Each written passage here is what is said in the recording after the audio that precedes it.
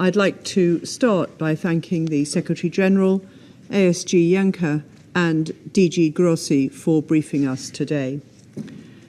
This is a pivotal moment for the region. A further spiral of conflict poses serious risks to regional and international peace and stability. Our foremost priority must now be to support de-escalation.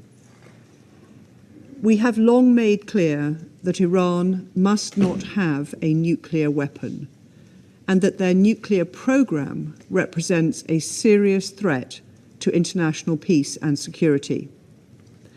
The United States took action last night to alleviate that threat. The United Kingdom did not participate in US or Israeli strikes. But military action alone cannot bring a durable solution to concerns about Iran's nuclear program. My Prime Minister has been clear. We urge Iran now to show restraint, and we urge all parties to return to the negotiating table and find a diplomatic solution which stops further escalation and brings this crisis to an end. It is in the interests of all parties to pursue such a deal. This was the joint call made by my Prime Minister with his French and German counterparts earlier today.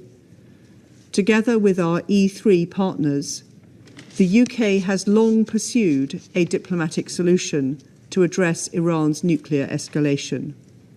On Friday, alongside E3 and EU colleagues, my Foreign Secretary met Iranian Foreign Minister Araghchi in Geneva to press directly for a return to diplomacy.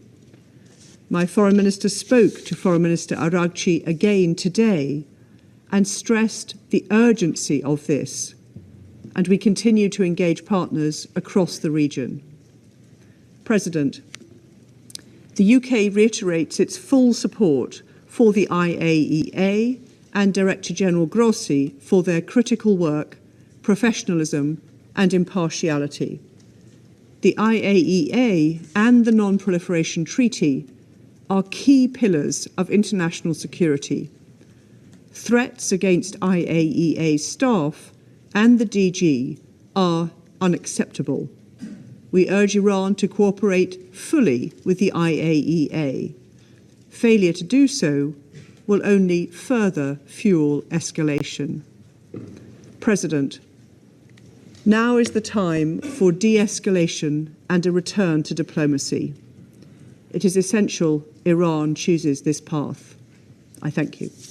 We regret that today some of you in this room didn't and cannot muster up the courage to call a spade and to condemn Washington's actions. And it's very strange to be participating in this theatre of the absurd, this cynical theatre. We had the representative of the UK calling on Iran to exercise restraint, a country which was subjected to an unprovoked attack, which was bombed. It had its nuclear sites bombed, as if it were Iran, not Israel, and the US that was escalating the situation as much as possible. They're calling on Iran to exercise restraint. This is something other council members are doing. We've seen a lot of hypocrisy in this room, but this takes the biscuit. This is a surprising example of hypocrisy on the part of those who, over the last few days, has been whipping up tensions regarding Resolution 2231, which will soon expire. Madam President, throughout the last week, we witnessed a new, highly dangerous wave of escalation. Last night, the situation became wholly unprecedented in nature.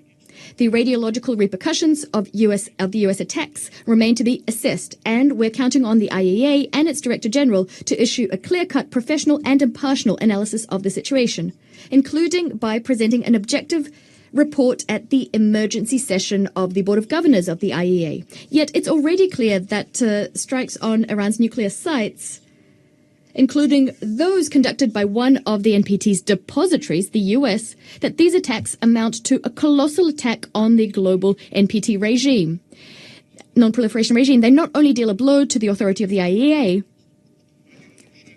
they also deal a blow to the entire system of inspections and control implemented by the agency. They also destroy the basis of the system of international cooperation, including de facto risking casting us back into the era of nuclear risks. Seemingly, this is what Washington and Western Jerusalem are seeking. The Russian Federation, as a responsible state and a permanent member of the Security Council, cannot abide such a scenario. We cannot support it.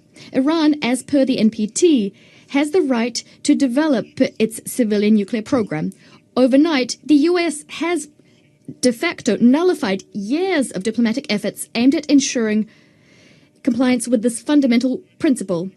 Agreeing with the legality of U.S. actions is tantamount to throwing out all of the international community's advances on this front. And since we talked about the importance of the NPT and the global non-proliferation regime today, I'd like to remind you that Israel has not yet acceded to the NPT. Thus, there cannot be a comprehensive IAEA inspections program vis-à-vis Israel. As for Iran, in keeping, I'd like to remind you that that Israel has not acceded to the NPT, so no comprehensive IAEA inspections program vis-à-vis Israel is being implemented. As for Iran, Iran was and remains the most monitored IAEA state in the world. And instead of supporting Iran, we're getting bombardments of this country, including its civilians. This is a country, and this is being done by a country which has in principle refused to sign the NPT. This is an outrageous, cynical situation. It's very strange that the IAEA DG did not say a word about this, nor did he call on Israel to join the NPT, not once. Madam President, I think that everyone in this room can see full well that unless we stop the escalation, the Middle East will find itself on the verge of a large-scale conflict with unpredictable consequences for the entire international security system. Plus, the entire world might end up on the verge of a nuclear disaster. We call for an immediate cessation of aggressive actions by Israel and the US, restraint on the part of all parties, and return into the fold of international diplomacy and the negotiations process. Yet, calls on the part of UN Security Council members are not enough.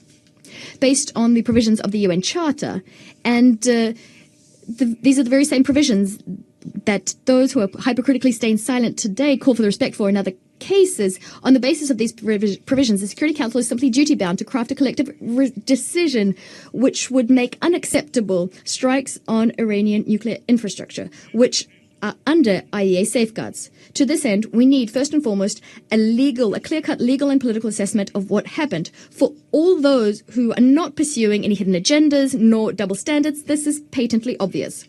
To this end, the Russian Federation, China and Pakistan have prepared and disseminated this morning a short and balanced UN Security Council draft resolution, including a call for an immediate and unconditional ceasefire and for a search for a diplomatic solution surrounding the Iranian nuclear program. The text reflects the positions of an overwhelming majority of Security Council members expressed at our meetings held on the 13th and 20th of June. We're counting on the support of all Security Council members to ensure that the Council can, as soon as possible, send a signal about the need to immediately end the violence, something that the Secretary General again called for, inter alia. Unless the Security Council takes a clear-cut and principled position, further escalation is inevitable. We call on all Security Council members to adopt a responsible approach and to support the proposed draft. I thank you.